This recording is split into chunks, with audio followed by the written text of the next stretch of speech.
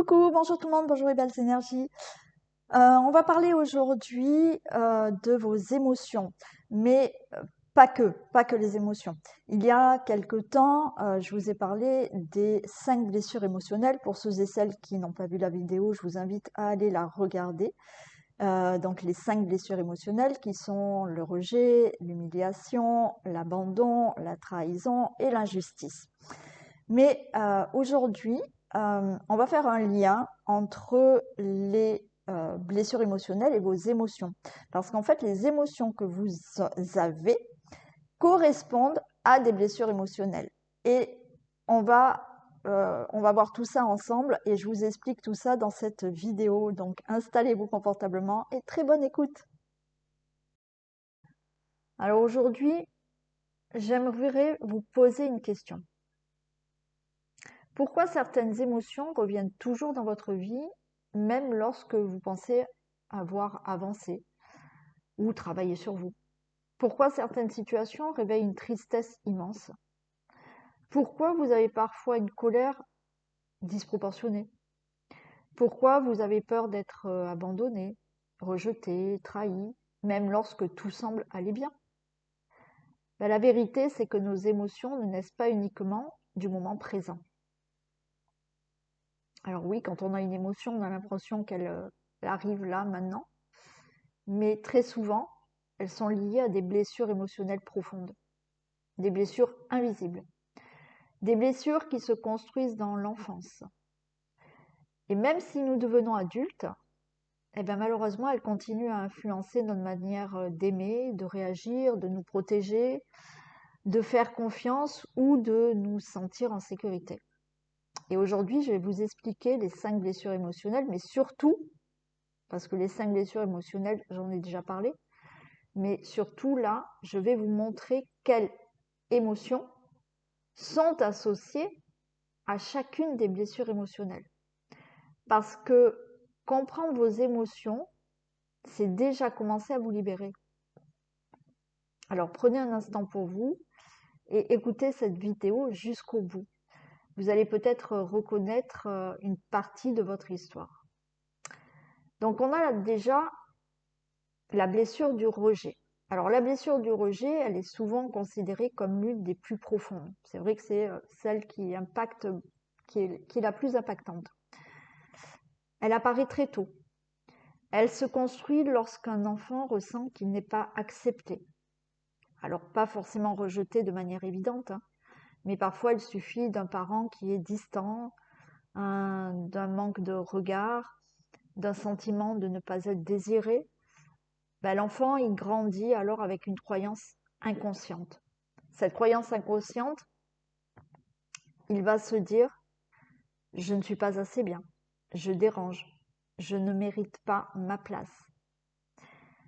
Et les émotions qui sont liées à cette blessure de rejet, ce sont la tristesse profonde. C'est une tristesse silencieuse, une sensation de vide, une impression d'être seul, même en étant entouré. Et certaines personnes ressentent une mélancolie constante, sans comprendre pourquoi en fait. Ensuite, on a la peur. Alors là, c'est la peur du jugement. Vous réfléchissez avant de parler. Vous avez peur de dire quelque chose de mal. Vous analysez constamment la réaction des autres. Ensuite, comme émotion, vous avez l'anxiété sociale. Vous n'aimez pas attirer l'attention. Vous avez peur du regard des autres. Vous évitez parfois même certaines situations. Ensuite, il y a le sentiment d'invisibilité, c'est-à-dire que vous minimisez vos besoins, vous prenez peu de place, vous avez du mal à vous affirmer. Alors, je vais vous donner quelques exemples. Imaginez une personne brillante, elle a beaucoup à dire, mais dans une réunion, elle préfère se taire. Parce qu'au fond d'elle, elle pense « ce que je vais dire n'a pas de valeur ». Et tout ça, c'est dû à cette blessure de rejet. C'est des petites choses qui peuvent paraître subtiles, mais si là, la blessure du rejet, il y a des choses en vous qui vous parlent, ben oui, il y a peut-être cette blessure de rejet en vous. Par des petites choses, des petites réactions que vous faites qui peuvent paraître subtiles, mais qui sont ancrées en vous, en fait, par rapport à cette blessure du rejet. On va voir maintenant la blessure d'abandon. Donc la blessure d'abandon est liée à la peur de perdre l'amour. Elle apparaît lorsqu'un enfant ressent un manque affectif.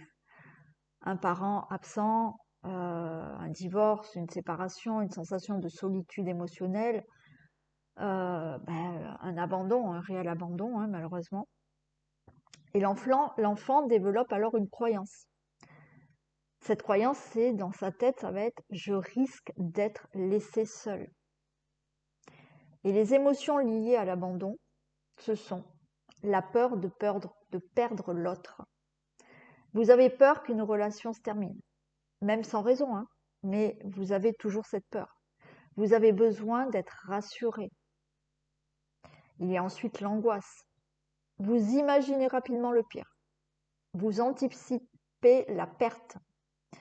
Vous ressentez une tension constante. En découle la dépendance affective. Vous avez du mal à être seul. Le silence devient inconfortable. Vous cherchez la présence. Il y a des personnes qui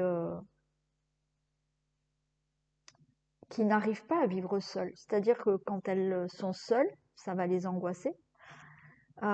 Donc, c'est des personnes qui vont peut-être se lancer à fond dans le sport, dans le travail, parce que se retrouver seule face à elles, c'est compliqué, parce qu'il y a cette peur-là d'être seule, d'être abandonnée.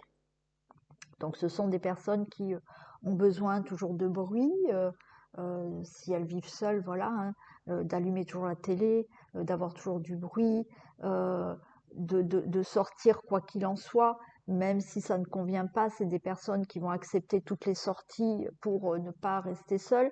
C'est des personnes qui vont tomber rapidement amoureuses pour ne pas vivre seules. Donc ça, c'est vraiment cette peur de l'abandon. Ensuite, il y a la tristesse du manque. C'est-à-dire que même dans une relation stable, vous pouvez ressentir un vide. Comme si quelque chose manquait toujours. Et un exemple concret, vous envoyez un message, la personne ne répond pas. Immédiatement, votre cerveau imagine, elle m'ignore, elle ne m'aime plus, j'ai fait quelque chose de mal, voilà. Et là, ça cogite et ça part dans tous les sens. Maintenant, on va voir la blessure d'humiliation, ce que ça peut faire. Donc, cette blessure apparaît lorsqu'un enfant a été rabaissé, critiqué ou culpabilisé. Souvent, il apprend à avoir honte de lui-même, honte de ses émotions, honte de ses besoins. Alors, on va voir les émotions liées à l'humiliation. Donc, il y a la honte, hein. Donc c'est l'émotion qui est dominante, hein, dans ce qui peut être dans l'humiliation, la blessure d'humiliation. Vous avez peur d'être vu tel que vous êtes. Donc en général, vous allez mettre un masque. Ensuite, il y a la culpabilité. Vous vous sentez responsable des autres. Vous culpabilisez facilement. Il y a aussi le dégoût de soi, c'est-à-dire que vous vous critiquez énormément et vous êtes rarement satisfait de vous. Ensuite, on a la frustration. Vous vous retenez constamment. Vous avez du mal à exprimer ce que vous voulez vraiment. Un exemple, vous dites toujours oui, même quand vous êtes épuisé, parce qu'au fond, vous pensez « mes besoins passent après ceux des autres ».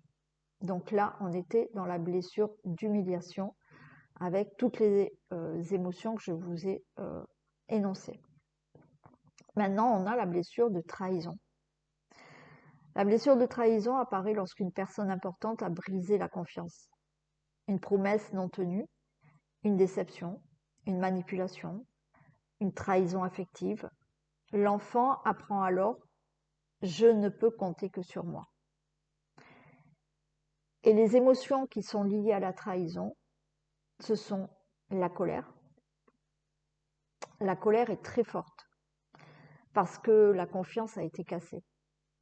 Donc, les personnes qui sont souvent en colère, qui vont redoubler de colère comme ça assez forte pour un rien, ben, ce sont des personnes qui ont sûrement eu une blessure de trahison. Ensuite, il y a la méfiance.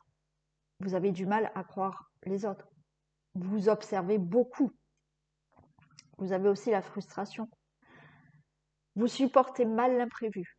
Vous aimez que les choses soient maîtrisées. Ensuite, on a la peur, mais là, c'est la peur de perdre le contrôle. Vous contrôlez tout le temps, vous vérifiez tout le temps, enfin, vous avez besoin de toujours contrôler les choses, besoin de vérifier les choses, vous anticipez. Et je vous donne un exemple aussi, vous avez du mal à déléguer parce que vous pensez souvent, si je ne le fais pas moi-même, ça ne sera pas bien fait. Alors bien sûr, la blessure de trahison, effectivement, vous avez ce cas où l'enfant apprend donc à dire, à penser à cette croyance, je ne peux compter que sur moi. Et ça fait que l'adulte va être comme ça, c'est-à-dire que l'adulte va dire je ne peux pas compter sur les autres, je ne peux compter que sur moi-même, je ne peux pas faire confiance aux autres. Vous voyez, il y a cette attitude en étant adulte. Ensuite, on a la blessure d'injustice. Cette blessure se développe souvent dans un environnement exigeant, un environnement où il fallait être fort, où les émotions n'étaient pas valorisées. L'enfant apprend à être parfait, à ne pas montrer sa vulnérabilité. Et là, donc, les émotions liées à l'injustice, c'est la frustration. Parce que vous avez l'impression de toujours devoir faire plus. Comme l'enfant a appris à être parfait, eh bien, on cherche toujours cette perfection. Donc, toujours faire plus. Ensuite, il y a une colère intérieure. C'est-à-dire que là, vous n'allez pas la montrer, cette colère. C'est une colère froide, silencieuse, refoulée. Vous avez aussi le stress chronique, hein. C'est-à-dire que vous êtes souvent sous pression et vous avez complètement du mal à lâcher prise. Il y a aussi cette difficulté à ressentir, c'est-à-dire que vous intellectualisez tout. Vous êtes toujours sous contrôle, vous contrôlez, mais vous ressentez peu vos émotions. Et effectivement, l'exemple, c'est vous dites ça va, alors qu'en réalité, vous êtes épuisé émotionnellement. Mais vous n'allez pas le dire. Vous prenez sur vous, vous intériorisez tout. Et donc, vous faites un sourire, vous êtes épuisé, mais vous dites toujours ça va. Donc, vous l'avez compris, nos émotions ne sont jamais là par hasard. Elles racontent une histoire en fait. Elles révèlent des blessures anciennes. Et tant que ces blessures ne sont pas reconnues, elles continuent à parler à travers vos réactions. Alors bien sûr, heureusement, qu'il est tout à fait possible de s'en libérer. Aujourd'hui, j'accompagne les personnes qui souhaitent guérir leurs blessures émotionnelles afin d'avancer plus sereinement dans leur vie et d'atteindre enfin ce qu'elles désirent. Alors oui, j'utilise plusieurs méthodes et notamment des méthodes comme l'EFT. Donc c'est une technique de libération émotionnelle. Je vais en général utiliser l'EFT, mais je vais aussi utiliser en même temps le TAT, qui permet de travailler sur les mémoires émotionnelles profondes. Et ces approches permettent d'aller à la source et vraiment de transformer progressivement les émotions qui vous freinent. Alors, si vous avez besoin, il y a mes coordonnées sous la vidéo, parce que c'est dommage de rester avec tout ça en vous, alors que vous pouvez vraiment les libérer facilement. Et dites-moi en commentaire quelle blessure vous reconnaissez le plus chez vous. Alors oui, ne vous inquiétez pas, nous pouvons avoir toutes les blessures. Il y en a qui vont avoir une ou deux blessures. Et puis, il y a des personnes qui ont les 5 blessures avec toutes les émotions que je vous ai dit. Donc, vous pouvez me marquer en commentaire quelle blessure vous reconnaissez le plus chez vous. Et si cette vidéo vous a parlé, pensez à liker, vous abonner et partager. Je vous souhaite une belle journée et je vous dis à très vite.